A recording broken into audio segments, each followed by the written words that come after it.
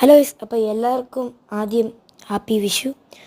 അപ്പോൾ ഗൈസ്, ഞാനിങ്ങനെ ലോബി നിൽക്കാൻ നേരത്ത് ആരാണ്ടോ എനിക്ക് കുറേ നേരമായി റിക്വസ്റ്റ് അയക്കുന്നത്. ഞാൻ ഓർത്ത് വല്ല ബംഗാളിമാരായിരിക്കുന്നു.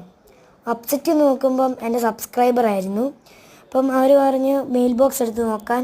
അപ്പോൾ ഞാൻ നോക്കിയപ്പം അവൻ എനിക്കൊരു ഗിഫ്റ്റ് അയച്ചു തന്നേക്കുന്നു. അത് എനിക്കിങ്ങനെ ആരും ഗിഫ്റ്റ് അയച്ചു തന്നിട്ടില്ല. ഗിഫ്റ്റ് നോക്കുവാണെങ്കിൽ ഒരു ക്യൂട്ട് പട്ടിക്കുട്ടിയോ അങ്ങനെ എങ്ങാണ്ടോ പറയുന്ന ഒരു പട്ടിയായിരുന്നു. എൻ്റെ കയ്യിലില്ലായിരുന്നു. നല്ലൊരു ഇതാണ്, എനിക്കിഷ്ടപ്പെട്ടു. എന്നിട്ട് അവനും തിരിച്ചൊരു ഗിഫ്റ്റ് അങ്ങ് അയച്ചു കൊടുത്ത്. അവൻ പറഞ്ഞപ്പം ഞാൻ ചോദിച്ചു എന്നാ പെറ്റാ വേണ്ടതെന്ന്.